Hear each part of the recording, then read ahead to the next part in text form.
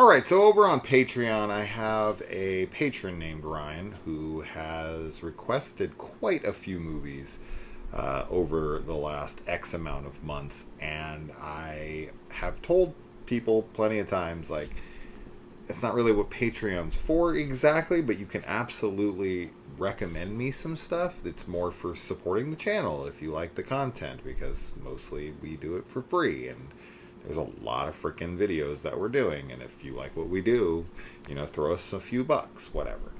But Ryan, pretty much every month, recommends a movie, and he sends me like a link to them, like where to watch them, and the whole thing, and I'm like, I want to watch some of these recommendations that he threw my way. So I've been kind of knocking them out, starting first here with Who Can Kill a Child.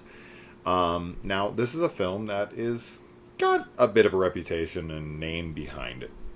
And I had started it once upon a time, but I had never finished it. And I was like, okay, I really got to change that, because I feel like this is a cult film that needs to be watched by me, because I try to see everything even remotely popular within the genre, and of course also not so popular. So anyway, let's talk about this film. Now, I will be discussing spoilers for the movie, but it is a film from the 70s, so if you want to check it out before I talk about it, have at it. If you don't really care, you can just kind of stick around. Now, this is like a precursor to the movie The Children of the Corn. I would say there are a decent amount of similarities here, except for in this one, they're not really being controlled by anything. Like, the what's the He Who Walks Behind the Rose. I was like trying to remember how it went. He Who Walks Behind the Rose. Yeah, it's not anything like that. Essentially what happens here in the opening, which I'm not really honestly sure how I feel about openings like this. So I've seen a few horror movies adopt this tactic for shock value, where they show actual real life horror footage, right? This is, got the World War II, the Holocaust footage, where you're showing like stockpiles of dead bodies being poured into mass graves, people carrying their loved ones on their backs, and mostly they're focusing on the children, the atrocities of war, and how much all of the adult people fighting really hurts the kids more than anybody, because they're completely innocent and can't defend themselves, and it's on them for the adults for what happens to them, and it is terrible. And with this one, it's gruesome. It's a lot of it's stuff I've seen before, but it's always awful to watch, and I'm not really sure how I feel about it. But with this one, I kind of give it a pass, because I think that it's really trying to convey a message and drive it home that we as people have been terrible to the world and our generations before us, or after us. After us, right? Yeah, after us. I just think that this movie has a pretty powerful message, and that these kids fight back, that they're pissed off, that they, something in the air or something convinces them or changes them or whatnot, where there's just too many atrocities that has happened. Too many kids have died. And on this island, these kids are,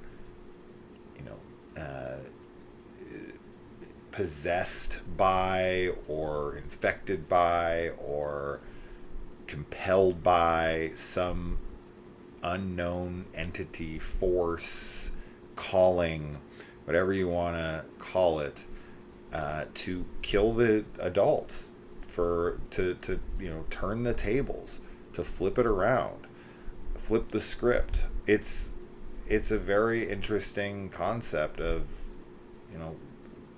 there's been enough atrocities committed against children, and now this time we're taking the power back. We're gonna get our vengeance for what you guys have done to us. We don't trust you anymore. We got to eliminate you for us to have a fighting chance.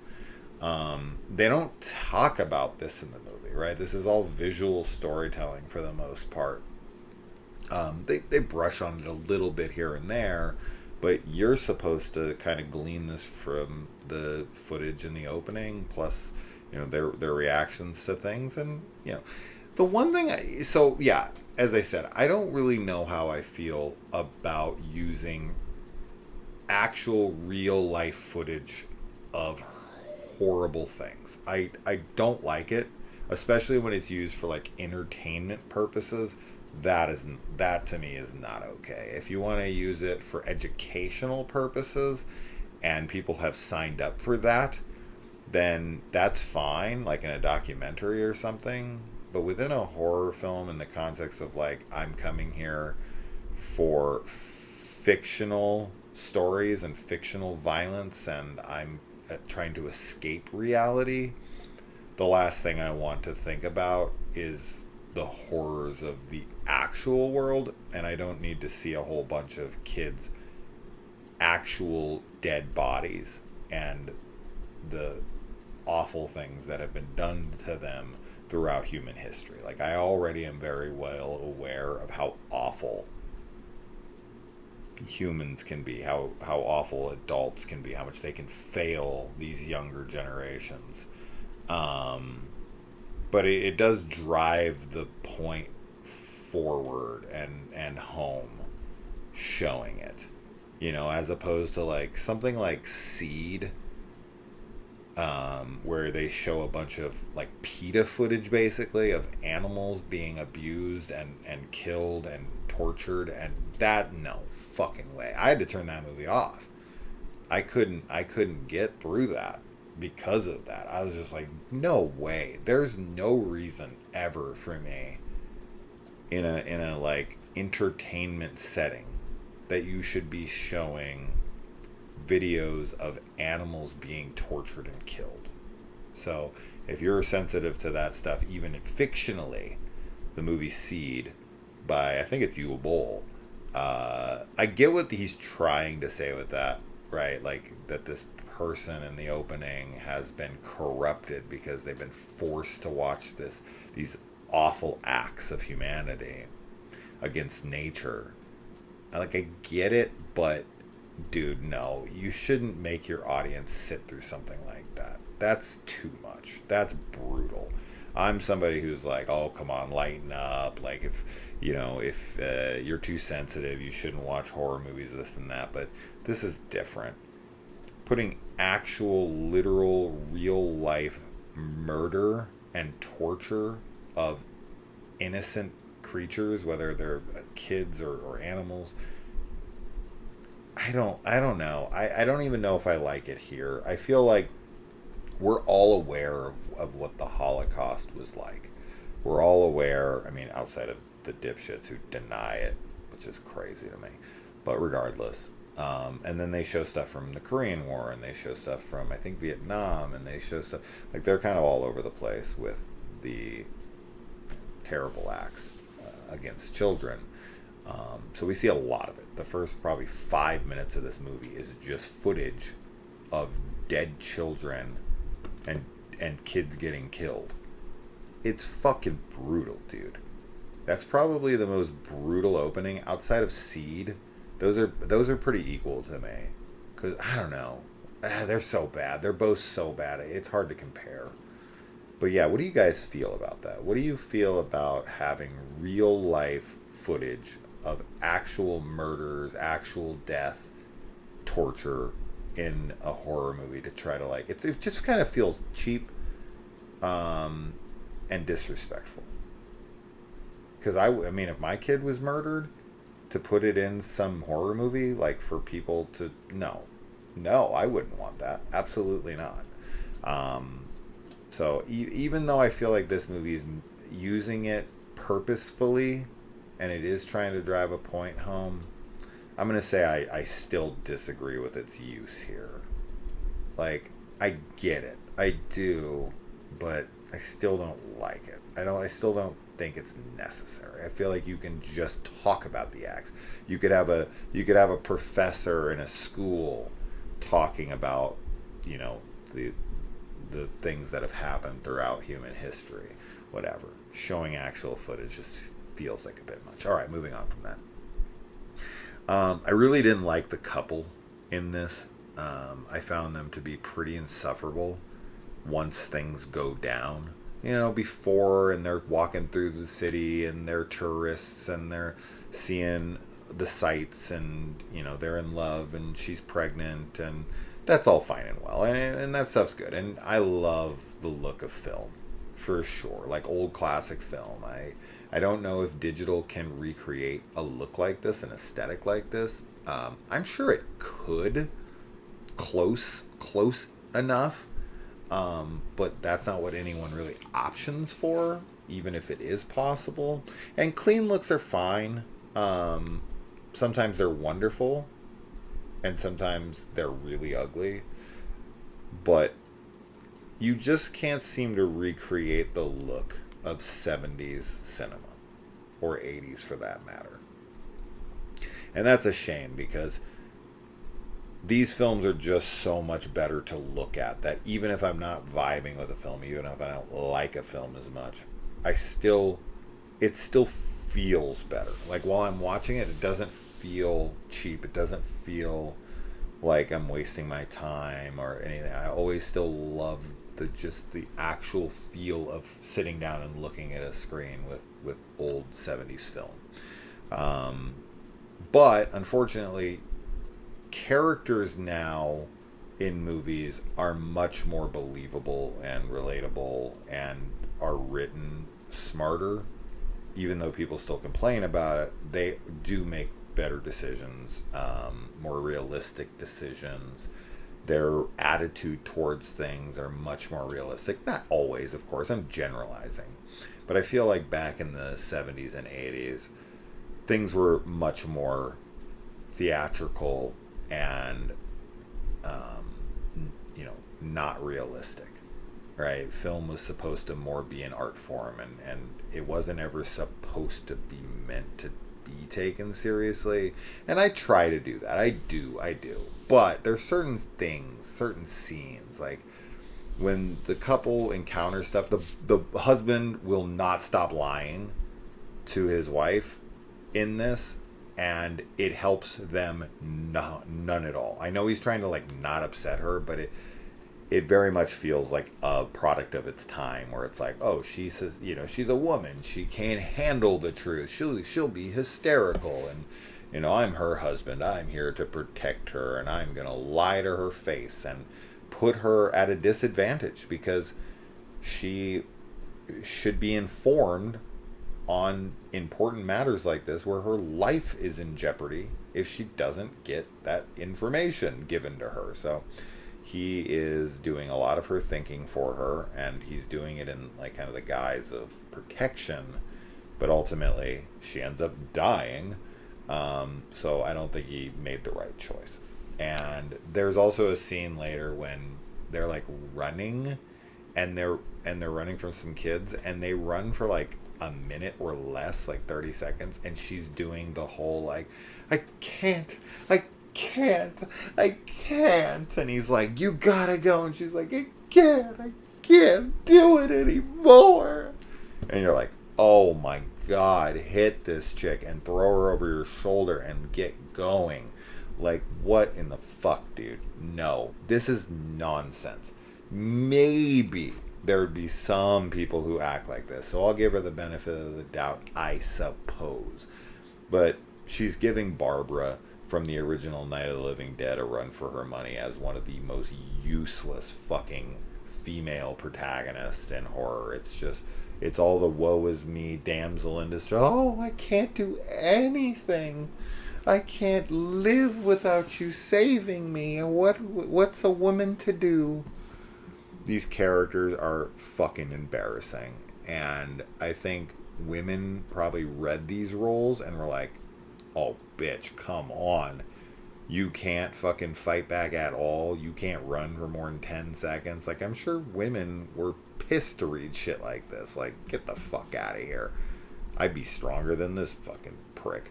So, I don't know. It felt super annoying in the moment. He's lying. She's weak. And it just makes for a pretty insufferable time. But I did really like the shots of the kids when they kind of all team up and create like a wall of kids and all of this. That stuff's good. And then, of course, it's like it gets into this idea of like regular people are at a huge disadvantage towards children because, like the guy says, and like the title says, who could kill a child, right? Like, he wants to fight back. They can't because they feel like, I can't kill a kid. Like, what the fuck am I going to do? These are children, right? These are children. And while it seems like they wouldn't be that particularly fearsome of an enemy to face, that they wouldn't be all that threatening, well, in reality, you get enough kids together, I don't care how tough you are, if there's 100 children running at you at once and they all have like dedicated murderous intent, like they're being compelled to kill, and they have weapons, there's nothing you could do. There's nothing you could do. You could be the toughest fucking dude on earth. You could be built like Arnold Schwarzenegger in his prime. You could be 6'10" fucking monster. If you had 100 plus kids running at you with weapons, there's no way. There's no way. You could try to fight off as many as you could, but you get stuck from behind, and once those blades start entering you, no. you go down pretty quick. So yeah, I mean, you get enough kids together, then it becomes a problem, right? One kid, sure, I mean, if he has a gun or something like that, then you're always at the disadvantage. But, one or two kids, yeah, you probably would be all right. They could still get the better of you, but once it starts getting to a certain number, you're fucked. They also have this scene where they're, like, driving at the kids, and they just can't run them over. Like, the girl grabs the wheel, and it's frustrating, but how believable is it? I don't know. I mean, pretty believable, I suppose. And of course, it depends on the person. You always got to take that into consideration. Like, what type of person and the type of people we're watching can't do it. Would there be people who would run the kids over? Yeah, probably. I mean, I can only assume. There'd be quite a few. But I would say that the majority of people, it'd be hard. It'd be hard to accept. Like, you'd be sitting there in reality, you'd be like, okay, what's going on? Like, if I kill these kids, I'm going to go to jail. I'm going to feel bad. They're children, right? But after they attack you enough, and he has no choice at one point when the kid comes up with the gun and is pointing at his wife, and he ends up shooting him, and he feels terrible about it. And when that happens, it kind of kicks the kids out of it. They're like, oh shit, like, they got back at us. And it actually, like, holds them back and for a bit, and then they go right back to it, but it kind of puts it on pause, which is interesting, and they're able to kind of spread whatever's going on in them by looking at each other, which is interesting. So they like pass it on, and then, but they also don't even need to look, they just seem to need to be in the presence of, because the baby inside of her gets influenced by the kids and kills their mom from the inside. So it seems to be a vicinity thing, like a radius. And, at the end of the movie, when the cops show up, of course, we get kind of a Night of the Living Dead scenario here where the guy's trying to fight off and live, and the cops read it wrong and shoot him to death and are like, oh my God, what did he do to you guys? And yeah, I mean, that would be a tremendous advantage kids would have if kids, could band together to create some, gang of murderous children who act innocent, who game us, who play us. Yeah, man, that would be really fucking hard to defend against because, yeah, no one's ever going to suspect the child. They're always going to bring him in if, like, a kid feigns injury or any of that stuff or asks for help or just looks innocent or looks lost or whatever. And you can lure pretty much almost anybody into falling into your trap, and there's a lot of fucking kids, as the kids say at the end of this movie. Like, you think that the other kids in the world will play like us, and they like take a small number of kids in the boat to keep a low profile, and they're like, yeah, like, and there's a lot of kids in the world, and there is. I mean, and how many parents are going to kill their own children? Not many. Not many. I mean, some for sure, but very few. Very few. So the parents are pretty much fucked because if my kids came at me with a weapon, yeah, I could probably disarm them, but if they had 15 friends with them, that would be hard. And then, maybe I'd be able to fuck up their friends, but my own children, dude, I don't think so. I don't think I could do it. I don't know. Yeah, I don't think so. I don't think I could harm my own child, even to save my own life.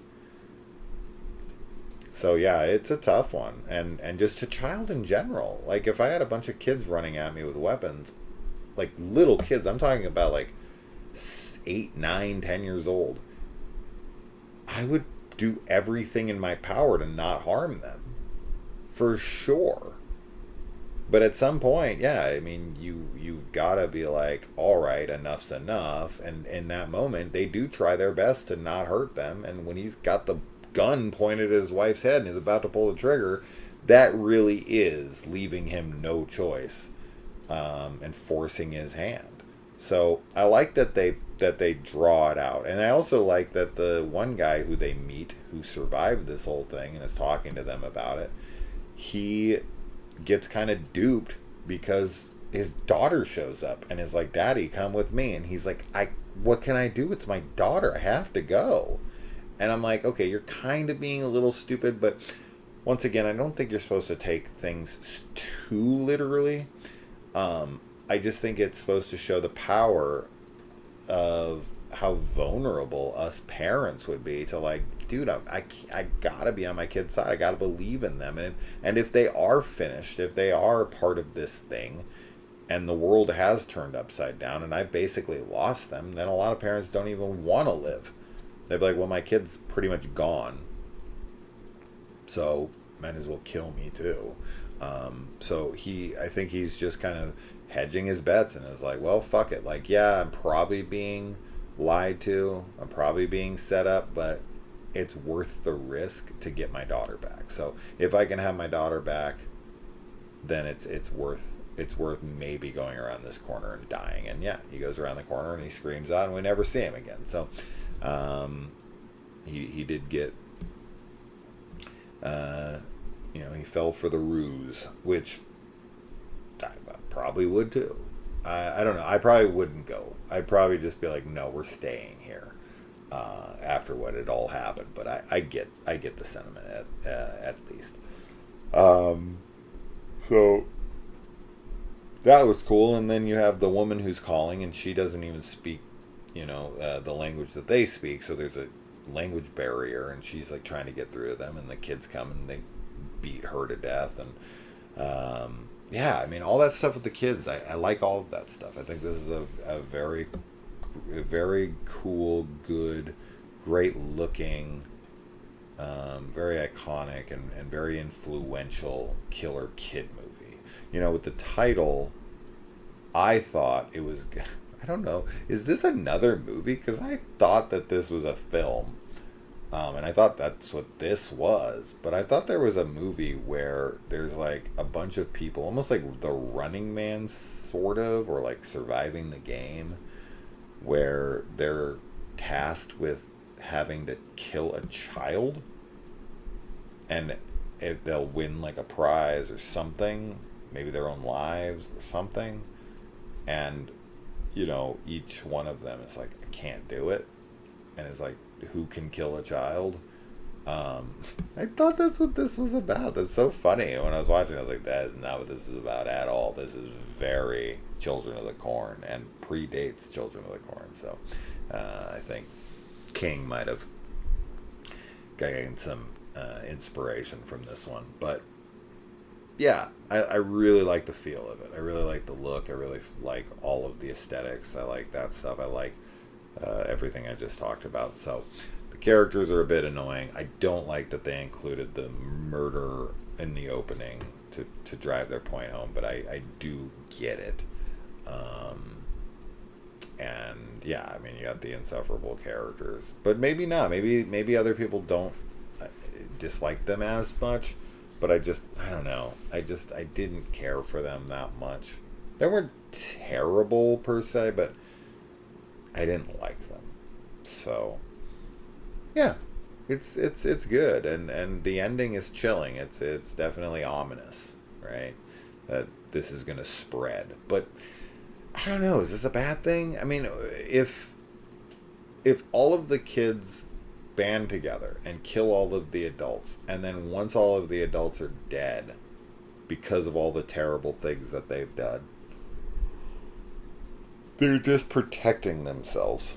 Yes, it's 1:52 in the morning. I apologize for the yawn, but welcome to Sinister Cinema, where everything's in one take with no script. And anyway, yeah. Now I forgot what the fuck I was even talking about.